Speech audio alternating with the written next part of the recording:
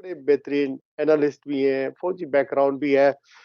General साहब ये फरमाइए, इलेक्शन 8 फरवरी, ईरान की जो सूरत हाल है डेवलप हो गया, ईरान के साथ टेंशन है, आपको लगता है कि 8 फरवरी को इलेक्शन हो जाएंगे?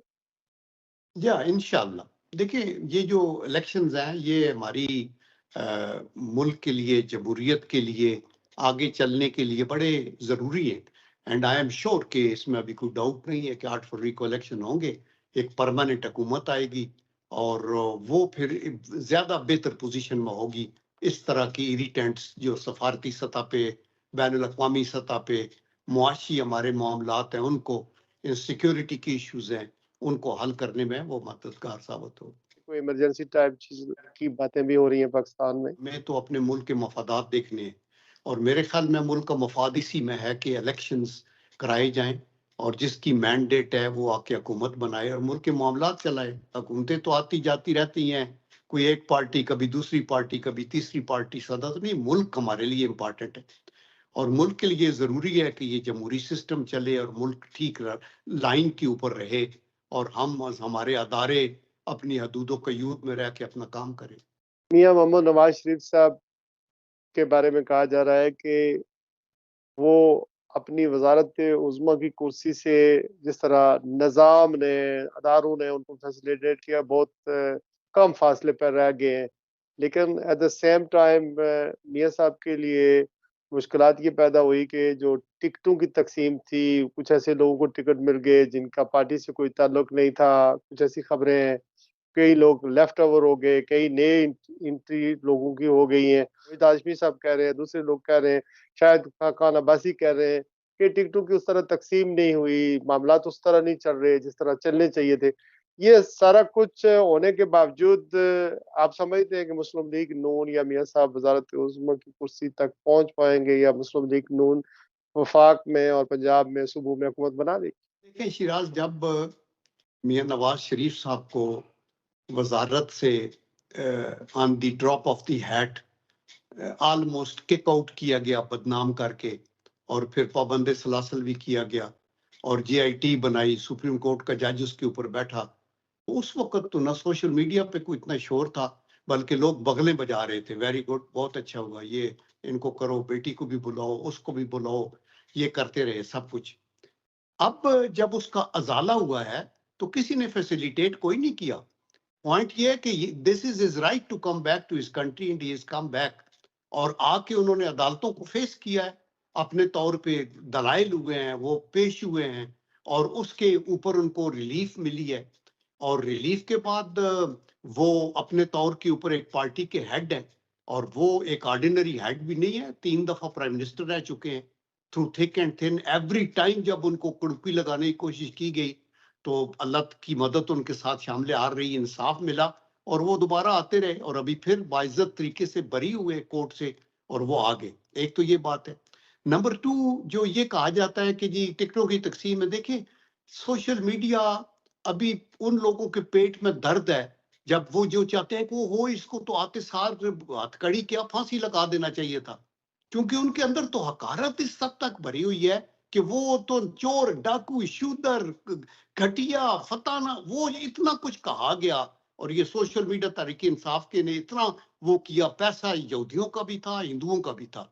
और अभी भी जो हमारे न्यूट्रल लोग हैं, जो इनोसेंट सिटीजन है, वो सुन सुन के ये हैरान हो गए कि ये तो वाकई ये चोर डाकू हैं, चोर डाकू हैं। अदालतों ने उन्होंने सुरखरू किया, उन्हीं अदालतों ने जिन्होंने पहले आके खास प्लान के तहत इनको हटाया था। तो अभी टिकटों की तकसीम इसी तरह होता है हर पार्टी में। आप पॉजिटिव पहलू क्यों नहीं देखते कि जोक दर जोक लोग नून का टिकट लेना चाहते हैं? वो बेवकूफ हैं, वो सारे सियासी दानिश्वर हैं लोग। मुख्तलिफ पार्टियां अलाइन करना चाहती हैं, एमक्यूएम आ रही है, वो अवामी नेशनल पार्टी आ रही है, बाकी पार्टियां, हर कोई दे आर बेंडिंग बैकवर्ड, एक दूसरे पे गिर रहे हैं कि हमें टिकट मिले। तो ये ऐसी पार्टी में जाएंगे जिसके ऊपर उनका एतमाद ना हो।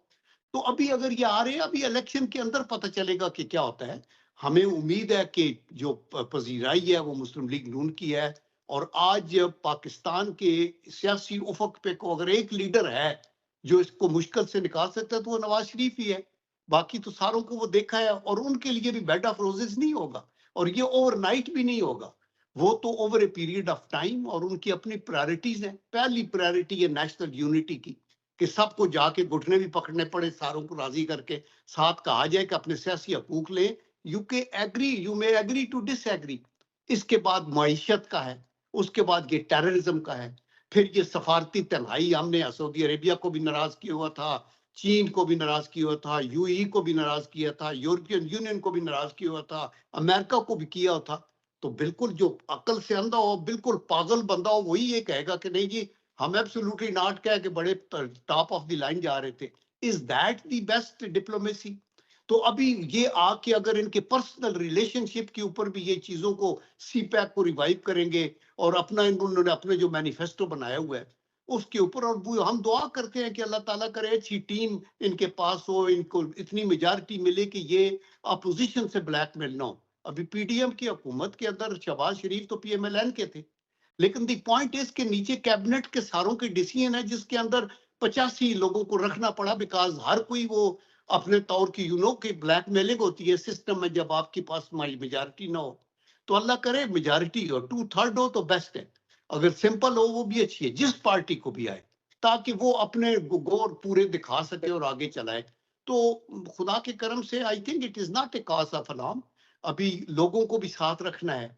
मैं आपको बताऊं कि जब नवाज शरीफ साहब आए थे 2013 में, तो बहुत से लोगों ने कहा सर कि सिंध में गवर्नर एमक्यूएम का लगा हुआ है, अभी तो हम अपना गवर्नर लगाए, हमारे पास तो इतनी मेजॉरिटी है। तो उन्होंने कहा नहीं नहीं रहने दो, उन्हीं का इशरतुल इबाद साहब को रहने दो। फिर उन्होंने कहा जी कश्मीर है, इसके अंदर हम नो कॉन्फिडेंस, बिल्कुल रेडी है, लोग तैयार हैं, हम करते हैं। उन्होंने कहा नहीं नहीं पीपल पार्टी का रहने दो। फिर गिलगित बल्तिस्तान का था, फिर इवन खैबर पख्तूनख्वा, उन्होंने कहा नो वे, मैं उखाड़ पिछाड़ नहीं चाहता, मिल के चलते हैं। और फिर इमरान खान साहब जब स्टेज से गिरे उनके घर गए, फिर ये बनी गाला में उनके पास गए, चाय वगैरह पी और उनको कहा कि आप आए। फिर ये जब नेशनल एक्शन प्लान बना तो उनको इन्वॉल्व किया, डिस्पाइट इसके कि वो गालियां भी दे रहे थे और बुरा भला भी कह रहे थे। तो अभी मेरे ख्याल में रौनक और ये जो एरोगेंस है ना, ये कभी आपको, कभी नबी करीम सल्लल्लाहु अलैहि वसल्लम ने मक्का फतह किया और इतनी बड़ी कामयाबी मिली सुलह हुदैबिया के बाद, तो ऊंट पे बैठे थे और उसकी कुआन से इनकी रीश मुबारक लगी हुई थी, और खालिद बिन वलीद को कहा किसी को खराज तक नहीं आनी चाहिए। हम बगले बजाते हैं, मैं उससे नहीं मिलूंगा, मैं उससे हाथ नहीं मिलूंगा, ये पलीत है वो पलीत है। आज अब मुल्क डिजास्टर, जितना बड़ा ये नवाज शरीफ को हटाने के वक्त जो ड्रामा हुआ, और उसके बाद से जब ये हुकूमत आई और फिर जिस तरह डिटेरियोरेशन हुई, आज ये मुल्क उसी को सफर कर रहे हैं। तो अल्लाह ताला करे हम इससे निकले, कोई हुकूमत आ जाए, कोलेशन बने, लेकिन खुदा के वास्ते मुल्क की सलामती के लिए कहीं चले, अपने बच्चों के लिए और उनके बच्चों के लिए सोचे। नफरत का बीज इतने, अभी देखे फौज के खिलाफ, वहां वो आपके इंग्लैंड में आदर राजा बैठा हुआ है, दूसरा तीसरा, ऐसी ऐसी स्टोरियां, ऐसे ऐसे फोटो, सिपा सालार की फोटो, चीफ जस्टिस के ऊपर गालियां। ये कौन मुअज़्ज़ब मुआशरे में इस तरह का करता है, और कौन इस तरह की इजाजत दे सकता है? और फिर ये इंस्टॉलेशन पे हमले 9 मई को हुए, तो आपके ख्याल में ये ऐसे आउट ऑफ द ब्लू किसी को जरूरत है कोर कमांडर के घर पे या जिना उस पे, या एमएम आलम जिसने 5 जहाज गिराए उसके जहाज को आग लगाए, या कैप्टन कर्नल कर्नल कैप्टन शेर जो है, उसका जो उसके ऊपर साइटेशन इंडियन ब्रिगेडियर ने लिखी कि ऐसे नौजवान, हम फख्र करते हैं अफसरों पे, उसके स्टैचूज को उठा उठा के जूते मार रहे हैं और ये कर रहे हैं। तो इनके साथ क्या किया जाए? तो इसलिए मेरे ख्याल में अल्लाह का करम है, यही नवाज शरीफ ही आएगा तो बेहतरी की तरफ आई एम श्योर जाएंगे, और सारे अदारे मिल के काम करेंगे। लेकिन जनरल साहब जान की अमान चाहते हुए 9 मई का वाकया काबिल मजम्मत है, नहीं होना चाहिए था। जिन लोगों ने किया, उसके प्लानर, एग्जीक्यूटर्स, सबको जस्टिस में लाना चाहिए, सजा देनी चाहिए। लेकिन जनरल साहब ये फरमाइएगा कि जैसे कि आपने कहा कि नवाज शरीफ साहब को 2019 में, ना 2017 में जिस तरह उन्हें मुल्क से निकाला गया, उनसे वजारत उज़्मा छीन ली गई, उन्हें गंदा किया गया, ऐसी टेपें चलाई गई कि लोगों के माइंड के अंदर बैठ गया कि नवाज शरीफ करप्ट है, ये है वो है, सारी चीजें आपने बताई, गिनवाई है। लेकिन जनरल साहब क्या किया जाए कि सिविल मिलिट्री रिलेशनशिप हर 2-4 साल के बाद खराब हो जाती है, जो भी लीडरशिप आती है, और फिर यही अदालतें होती हैं जो सजाएं देती हैं। आप देख लें, जस्टिस इफ्तिखार चौधरी की बात कर रहे हैं, उसने यूसुफ रजा गिलानी को निकाल दिया, साकिब निसार ने आकर हथौड़ा चला दिया।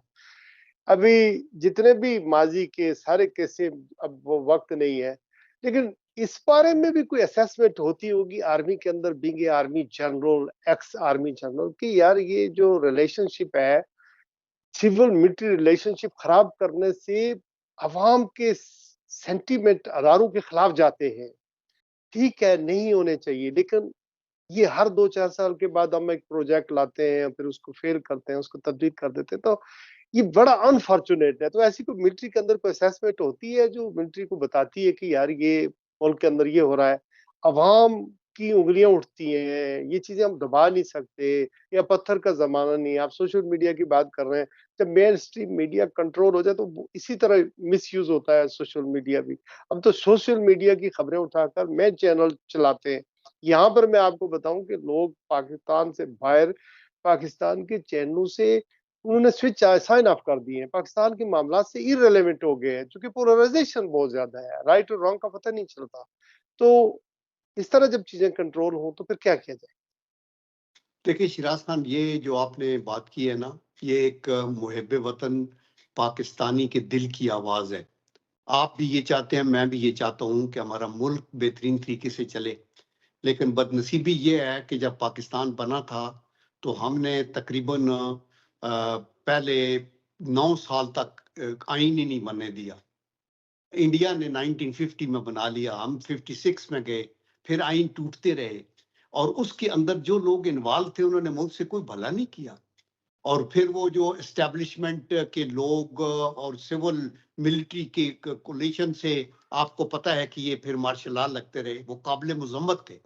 कोई भी जी ये इसको नहीं करता, अदरवाइज ये चलता रहता। लेकिन ये सिर्फ मिलिट्री कमांडर्स ही इसका मुजरम ठहराना जो है ना, वो ठीक नहीं होगा। वो कभी भी एक मिलिट्री का लीडर आगे नहीं आ सकता जब तक कि उसको तामन ना हो। मसलन मैं हमेशा कहता हूं कि टॉप क्लास बैरिस्टर्स जो हैं वो उनको डिफेंड करते हैं और रास्ता दिखाते हैं कि ये लिखा है।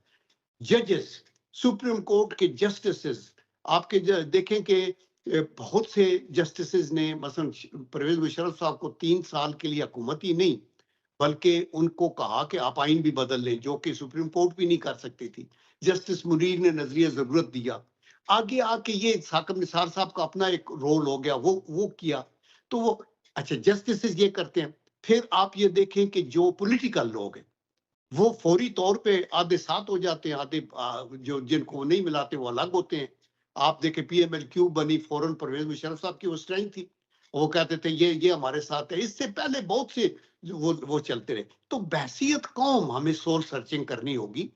आर्म फोर्सेस का काम है नेशनल इंटेग्रिटी, जो बॉर्डर टेरिटोरियल इंटेग्रिटी है उसको, नेशनल सिक्योरिटी के इश्यूज को हैंडल करना, और being subservient to the civil government and parliament, उनको एक अच्छी जो सलाइन जरूर देना, स्टडीज करके देना, फीड करना, नेशनल सिक्योरिटी के इश्यूज के ऊपर रिकमेंडेशंस देनी, वो तो है। लेकिन हुकूमत करना हमारे पास की बात नहीं है और वो नहीं होना चाहिए, तो सही बात। मुदाखलत भी नहीं होनी चाहिए। तो ये हम सारे कहते हैं। अल्लाह इसके ऊपर जो आप कह रहे हैं ना सिविल मिलिट्री, मैंने बाखुदा पेपर भी कई लिखे हैं। मैं जब बेनजीर भुट्टो साहब के साथ था तो उनको पूरा ये कहता था कि हमें रिलेशनशिप क्या था। अभी भी मियाँ साहब से मेरी अभी इंग्लैंड में जो मीटिंग हुई है, तकरीबन 1 घंटा मैं उनसे बात, और उसमें बहुत सा टाइम मैंने इस पे गुजारा कि सिविल मिलिट्री रिलेशनशिप को और ज्यादा इस गैप को कम करने के लिए, इसको री करने के लिए, म्यूचुअल अंडरस्टैंडिंग को बढ़ाने के लिए, ताकि एक दूसरे के ऊपर शक की निगाह वो ना हो। तो जहां मिलिट्री का बहुत ज्यादा रोल है, वहां पॉलिटिकल लोगों का भी है कि वो नीट एंड क्लीन गवर्नेंस हो और इसको आगे चलाया जाए। तो बड़े भाई, तो अल्लाह ताला करे अभी जो भी हुकूमत आए इसका उसको एहसास होना चाहिए और ठीक चलना चाहिए। तो आपसे सवाल किया था कि टिकटों की तकसीम के बारे में मुस्लिम लीग नून के लोग हैप्पी नहीं है, तो वो सवाल यही था कि मियाँ साहब की कमजोर हुकूमत को सामने लाया जाएगा, और ऑब्वियसली मिलिट्री सिविल फिर एक क्लैश होगा। चूंकि मियाँ साहब को अगर 130 सीटें नहीं मिलती हैं या आज़ादी से वो अपने फैसले नहीं कर पाएंगे, तो ऑब्वियसली क्लैश फिर होगा। और ये जो स्टेपनीज है ना, साथ में MQM होगी, बाप पार्टी होगी, दूसरे तीसरे हो गए, और ये जो डेपुटेशन पे लोग आते हैं ना, डेपुटेशन पे लोग आके पार्टियों में, हमने देखा कि वो 2018 में भी आगे थे। ये जो शेख रशीद की गिरफ्तारी हुई है, मसलन 2002 में मुस्लिम लीग नून बड़ी मुश्किल में थी और मियां साहब उस वक्त बहुत मुश्किल में थे। तो इलेक्शन जब हुए तो शेख रशीद चूंकि मुस्लिम लीग नून की वोटों को अपने हिस्से में लेना चाहते थे, तो वो ये कह रहे थे कि मैं सीटें जीत कर नवाज शरीफ के कदमों में डालूंगा, आजाद हसीयत से करमदाबाद के ऊपर। और फिर उन्होंने, हमने देखा कि उन्होंने सीटें जीती और फिर वो जनरल मुशर्रफ के साथ अलायंस कर लिया। इस तरह डेपुटेशन पर भी पार्टियों पर लोग आ जाते हैं जो टिकटें लेते हैं, और फिर वो जब चाहते हैं तो इधर से उधर अपनी स्विच ऑफ कर देते हैं, अपनी लॉयल्टी तब्दील कर लेते हैं। आई होप के मियाँ साहब की हुकूमत या जिसकी भी हुकूमत बने, इलेक्शन हो जाए पुरअमन तरीके से और मुल्क आगे चले। और ये जो आपने जिन लोगों का, जिन रिटायर्ड फौजियों का बाहर के मुल्कों में बैठे हुए फौज के खिलाफ, या जो कुछ दानिस्ता तौर पर, अनदानिस्ता तौर पर जो चीजें पाकिस्तान के खिलाफ कर रहे हैं या आर्मी के खिलाफ कर रहे हैं, हम उन सब को उन सब से डिसोसिएट करते हैं, उसे उन्हें डिसआउन करते हैं। और जो भी प्रोपेगेंडा वो करते हैं वो गलत होता है, और फिर बाहर बैठकर करते हैं तो और भी गलत हो जाता है, क्योंकि इसकी बहुत ही सेंसिटिविटी है। इंडिया एजेंसियां सब ये फॉलो करते हैं और वो एडवांटेज लेते हैं और इनको यूज करते हैं। अपना जनरल साहब बहुत सारा ख्याल रखिएगा। आज के लिए बस इतना ही, आपने वक्त दिया। आपकी हैसियत मेरे लिए तो एक इंस्टीट्यूशन की है, आपसे बहुत कुछ मैं सीखता हूँ, और आपकी मोहब्बत भी रहती है हमेशा हमारे साथ, चैनल के साथ भी, और यूके में जो लोग रहते हैं खास करके आपकी इम्पार्शियल गुफ्तगू कर को सुनते हैं। ऑब्वियसली आप मुस्लिम लीग नून से हैं, लेकिन ऑब्वियसली राय अपनी रखते हैं और राय देने की कोशिश करते हैं। Anything else to add before we close? या देखिए, इसमें जो लास्ट पॉइंट आपने रेज किया ना, ये बड़ा अच्छा है कि नवाज शरीफ साहब को, हर लीडर की ये ख्वाहिश होती है कि उसको 2/3 मेजॉरिटी मिले। मुस्लिम लीग नून की भी ये ख्वाहिश है, लेकिन टिकटों में आपको ये भी देखना पड़ेगा कि कहाँ हमने सीटों, उनके पास सीट्स होंगी तो मेजॉरिटी होगी। तो कई जगह जब ये देखा जाता है कि यहाँ मुकाबला इस तरह होगा, और अगर आप एडजस्टमेंट कर लें लाइक माइंडेड लोगों से तो करनी पड़ती है। But I quite agree with you कि जब आप एडजस्टमेंट करके सीटें किसी और को मिलती हैं, तो वो फिर सीटों की जो अपना जब शामिल होते हैं या वोट देते हैं तो उसकी कीमत वसूल करते हैं। वो कहते हैं हमें मिनिस्ट्रियां दो, और मिनिस्ट्रियां भी वो कहते हैं ल्यूक्रेटिव दो। तो ये चीजें हमारे सिस्टम में इनबिल्ट खराबियां हैं। तो मैं वही, हम दुआ करते हैं कि अल्लाह ताला करे जो भी जमात आए वो अच्छी मेजॉरिटी के साथ आए, उनके पास अपनी अथॉरिटी हो ताकि मुल्क आगे चले। शिराज बिफोर Khan, it is always a treat to really interact with you. आपने बड़ा अच्छा इंटरव्यू लिया इसका। ये सबसे आप मिल रहे हैं, आजकल मीटिंग हो रही है सर, मिलिट्री सिविल रिलेशनशिप के हवाले से बेहतर तो यही होगा ना कि जो सिविलियन लीडरशिप है वो भी आपस में एक अलायंस करे और मुल्क को आगे लेके चले, और एक रिकंसिलिएशन करें, सबको माफ करें। जिस तरह आपने अच्छी एग्जांपल दी है कि मियां साहब ने पहले इमरान खान साहब के घर गए, सारा कुछ हुआ, ये दोबारा भी होगा आप समझते हैं? देखिए, आई कैन अश्योर यू कि ये हो सकता है शिराज, लेकिन ताली जो है ना दोनों हाथों से बजती है। अगर इमरान खान साहब की सारी सियासत नफरत पे मबनी है, और वो किसी वक्त कहें कि ओके मैं मिल बैठता हूँ, सबसे गप कर लगाता हूँ, तो वो तो फिर ये समझे कि ओ हमारे तो वोट, तो लोग ये पे पूछेंगे कि आप तो ये चोर डाकू कह रहे थे।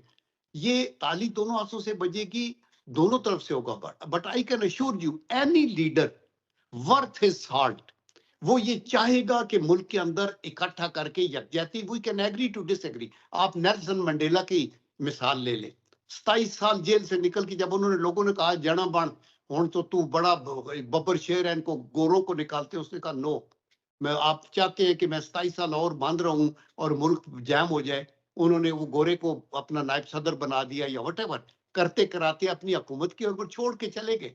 बड़ा दिल दिखाना चाहिए। रौनक देखें, शिर्क के बाद अगर सबसे बड़ा गुनाह है तो वो ये है आपका रौनक जो है आपके अंदर। आप वो चाहते हैं कि आप ही हैं और कोई बड़ा नहीं है। तो जब आप इस तरह का करेंगे तो आई एम श्योर आप रवैयों में तब्दीली आएगी।